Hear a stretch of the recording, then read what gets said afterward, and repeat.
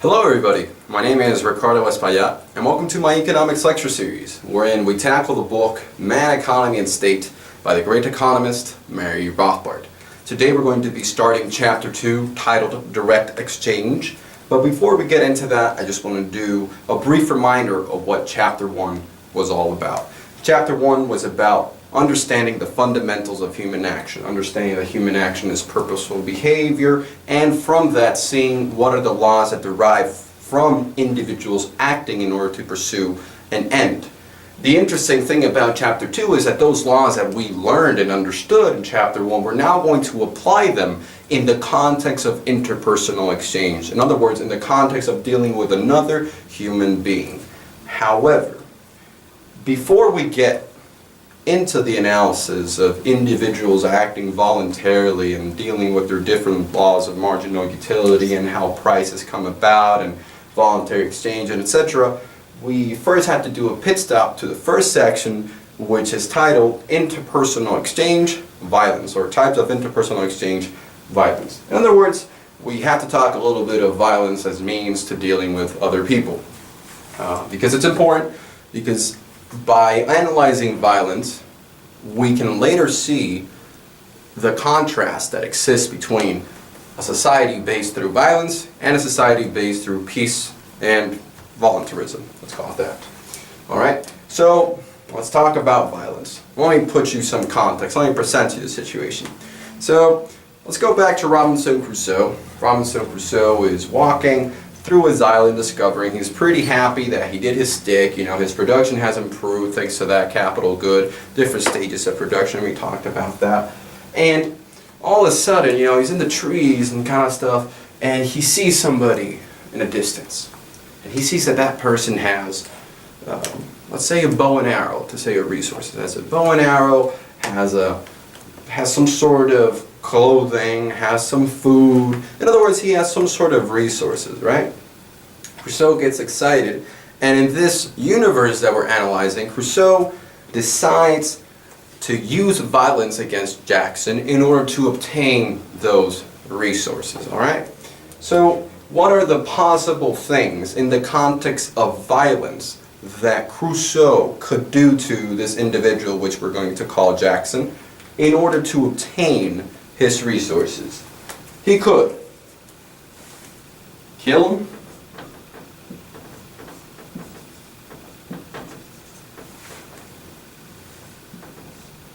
or rob him.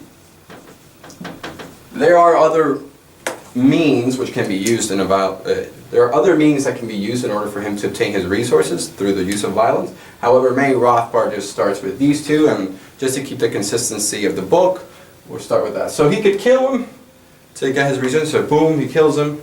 So he got his resources. He could rob him. He could stealth, go and boom, take some stuff. Or he could eventually enslave him and do other stuff. And we'll get to that. So these are the fundamental things that Crusoe could do to Jackson in order to get his resources. However, what, hypothetically speaking, would refrain him from doing so? Let's say for moral reasons, he understands that the initiation of force is evil, hence he does not do it.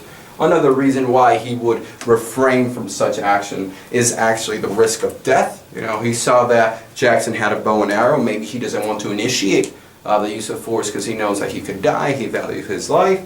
And also, if he were to engage in Jackson, maybe the cost of the war that they were engaged in, the battle, will not be worth the resources that he would obtain after such war. And the final reason that Mr. Murray Rothbard explains, which is I think is a very important reason as to why Mr. Crusoe would not kill him, would not rob him, is because Crusoe is smart enough to understand the benefit of actually engaging in a peaceful, positive relationship with Jackson. In other words, if they were to interact peacefully, they could divide their time, divide their knowledge, and grow together in the production of resources and goods. Alright? So those are the reasons that Mr. Murray Rothbard illustrates or presents to why he wouldn't per se kill him or rob him.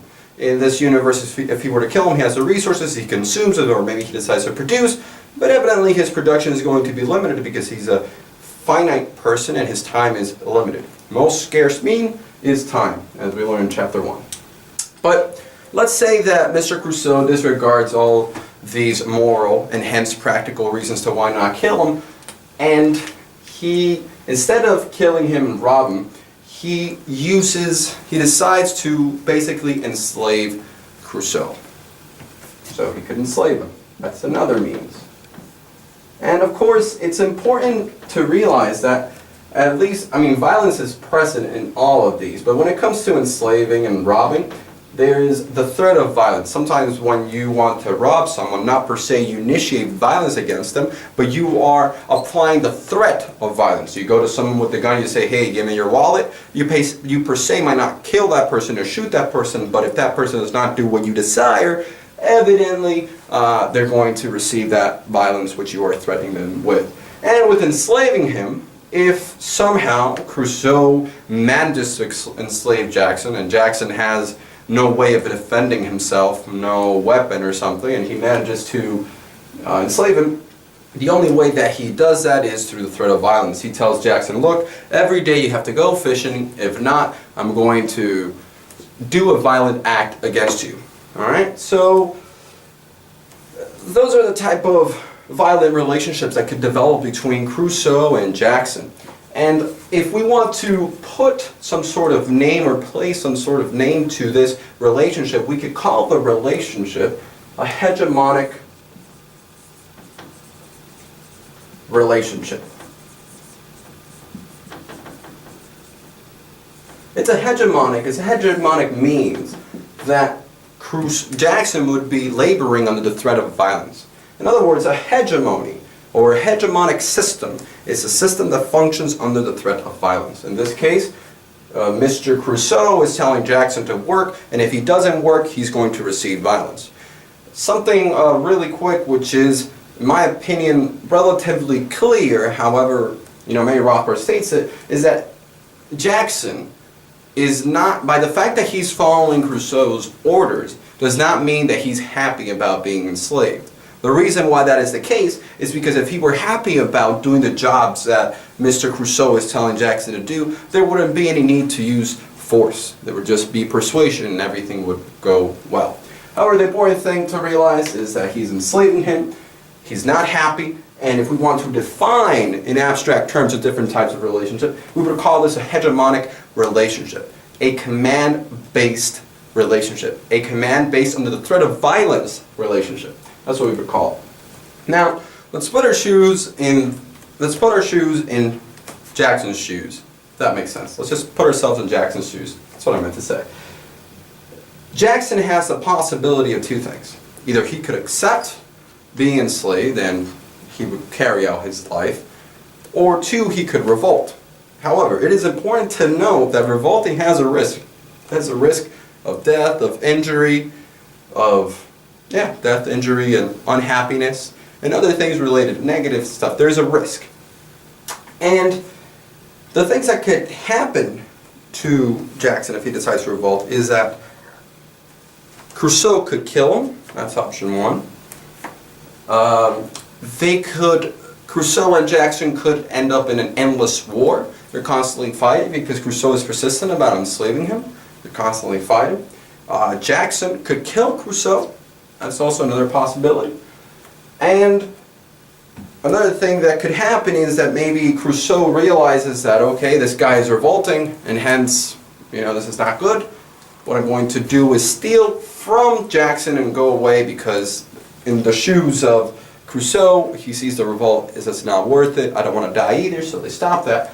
But what could also happen is that the revolt is not successful from Jackson, and Crusoe develops a continuous hegemonic relationship with Jackson. In other words, he continues to enslave him. Or in other words, he could say the following. He's like, you can keep on about doing your business as long as you give me a certain share of your wealth. Alright? And Crusoe might say, oh, but I don't want to. Jackson says, oh, but I don't want to. And then Crusoe says, well, if you don't, then I will smack you, or take away, or hit you, or whip you, or whatever. It's a more subtle form of slavery, but it's still slavery. And if you kind of abstract yourself to present society, you could sort of see where I'm going. But anyways, the point is These are 4 possibilities that could develop if Crusoe decides to revolt. Just really quick, they could both die one way or the other. One could die, the other could die. Crusoe could steal from him, or basically Crusoe decides to install a permanent hegemonic continuous relationship by saying you could go about, but you have to pay me a certain amount, X amount of time. If not, there's a threat of violence. Alright, but maybe, who knows, maybe Crusoe actually gets away, Jackson gets away with this, and with his weapons that he has, he gets rid of Crusoe, and he goes about because Crusoe is being not such a nice person. But anyways, that is sort of the gist of understanding violence in interpersonal exchanges. There really isn't much positive results. The only positive result is that the person who is initiating violence benefits at the expense of another, which the definition for that, the proper definition, not the definition that Mr. Karl Marx uses, is exploitation. I have this all, this is right here, exploitation.